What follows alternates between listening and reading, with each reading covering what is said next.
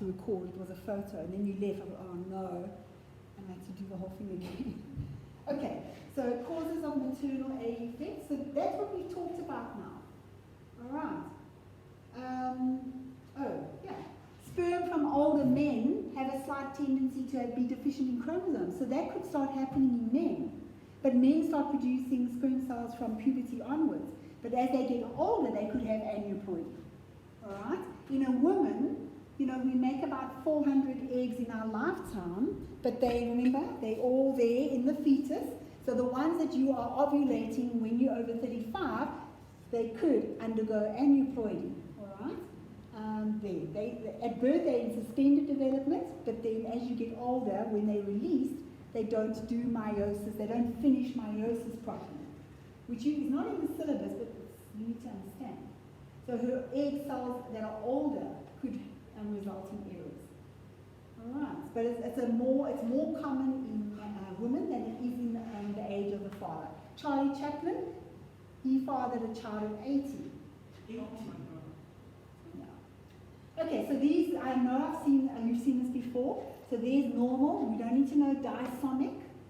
All right, so normal female, normal male, and then Turner syndrome is monosomic. So there's only one X chromosome, and then you get all these other types.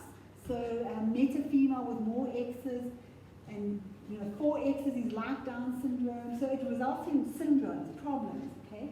XYY, Jacob syndrome, aggressive, tall, tetrasomic, XX, no that's not. This should be XXXY, extreme Klinefelter, but what does those mean?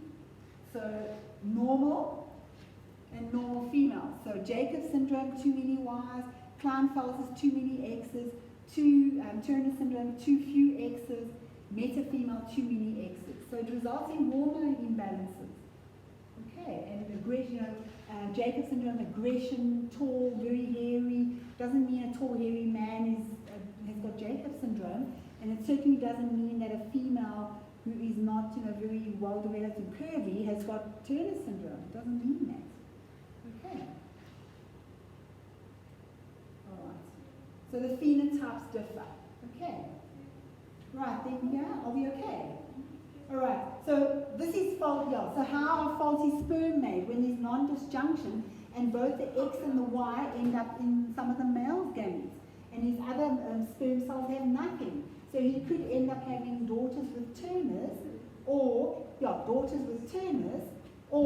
because he's got XY in half his gametes and his wife's partner's egg cells are normal, he could end up having Klinefelter males and Turner syndrome girls. Is that right? No, sorry, Klinefelter males. Yes. What's wrong? What's wrong? Are you okay? All right. So do we see that? Okay, then, so this is now, so the previous one, Down syndrome, was non-disjunction of like chromosome 21 or 18, Patau or whatever, Edwards syndrome.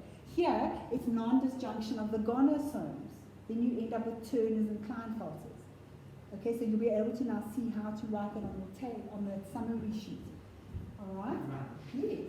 You know, these, what do you call it, sex chromosomes. No, sex-linked problems. Yes. Like Klinefelter syndrome and all of that. Are you more likely to have that from your mom or from your dad? Okay, so let's see. So these aren't sex-linked genes. This is aneuploidy of the sex chromosomes, when the chromosomes don't separate. Okay. Are we happy with that? Yes. Okay, so here, if dad's sperm are faulty, he could end up with Klinefelter sons and Turner syndrome daughters. So let's look now. If the eggs are faulty, so male produces half X, half Y sperm, but female, she produces this aneuploidy of the sex chromosome, so half her eggs don't have X chromosomes at all. But now remember, it depends which egg is released, so it's luck of the draw. Sorry, Chloe, I know that's in the way. So you could have... Sorry? Okay, sorry, you can move your desk, I'm sure. So yeah, they end up with metafemales or Klinefelter males, or Turner syndrome daughters. Why not? There has to be an X, because if you don't have that longer X, you're missing a whole bunch of genes. So maybe that answers your question? Yeah, Sort of? so are you more likely to get it from your father? Well, if I look here, you get what from your father? Klinefelter? Aneuploidy of the sex cell. No, because remember, if you go back to that previous slide, it said because women after age 35, meiosis doesn't finish completely, but paternal age affects males as well, that they can produce faulty sperm when they're old, but like Charlie Chaplin had a son at 80. So it's not as common. Okay. So I think that graph would be different for males. I think it would be flatter. I'd have to look at you, it'd probably be flatter. Okay. Now, can you tell about that woman that gave birth to twins at about age 70? Really? Naturally? Sure, so she didn't go through menopause. Wow, okay. Recently? I think it was like a year ago. Gee. Well, there was a woman of age 60 as well, and they kept asking if she was a granny. I saw a little thing. No. Wow. Alright. Okay, so there's aneuploidy. So there's Klinefelter syndrome. So there's sometimes, I didn't put that in. Oh yes, I did. So they've got 44 normal autosomes, but then XXY. So if you see that, that's what it means. Maybe write it down. Is it on the sheet? So 44 normal autosomes plus XXY. Alright, so that's Klinefelter. There you go. So they're male, but then they have quite feminine features, poor beard growth. That you don't need to know. It's an understanding. Breast development, because they've got low testosterone. Underlayer penis and testes. Osteoporosis like in females, because exposure to estrogen makes our bones weak. That's why I'm always on this thing about make your bones strong and walk and don't do exercise. You must do exercise and do that. Okay. Right, then Turner syndrome. So it's nothing. So they still have all the genes and they can make estrogen, but they don't make enough. So they've got, and remember we also make testosterone. Females make testosterone and males make estrogen. Alright? So yeah, she's not making enough estrogen, and you don't need to know these, but they look quite masculine, and they are often sterile because their ovaries are usually not working, and they don't menstruate, and they don't get breasts and that kind of thing. So this, if you write it as a symbol, the chromosome complement, it's 44 plus only one X chromosome, or X0. They've only got one. Alright. You can see that straight, not curvy. But it doesn't mean that, every child or person who's thin and straight, Hannah's like her dad. No bump, nothing. We laugh about it, but she's just like dad. Olivia, she's now taller than me. She looked exactly like I did when I was a kid. But Hannah's like dad. And it doesn't mean she's got this thing. Okay.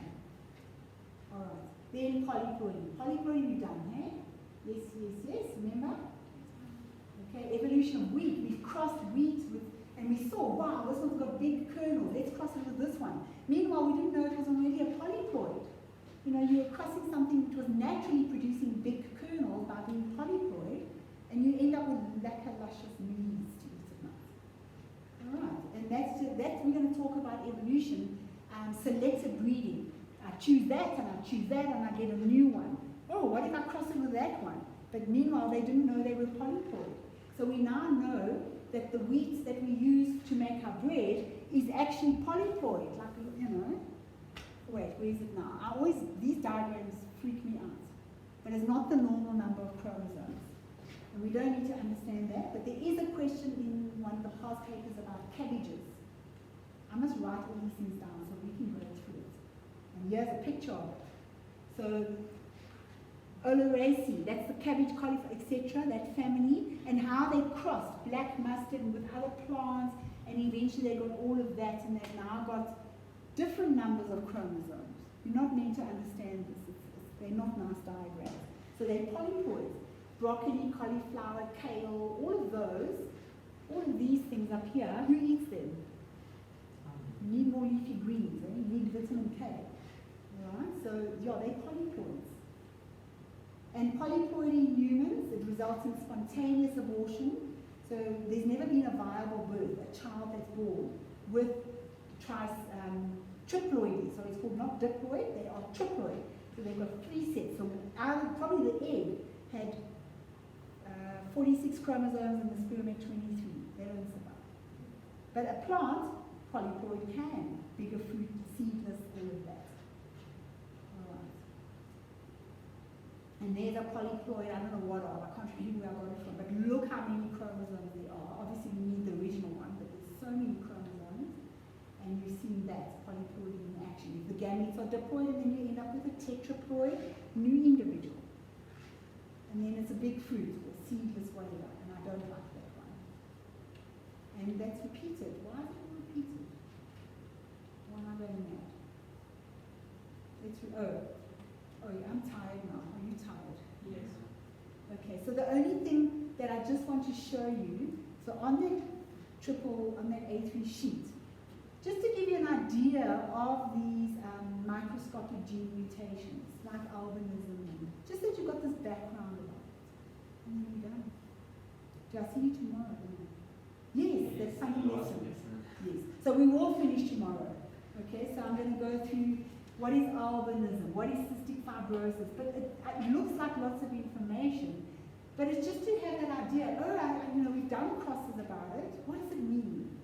And there's Huntington's, and you can see it on chromosome, what's it? Which chromosome is it? I haven't given the number yet. Oh, chromosome 4, and it's found at that locus. That's where the gene is. They know where it is. Okay, so it's just to give you an idea, and we've done hemophilia, and we've done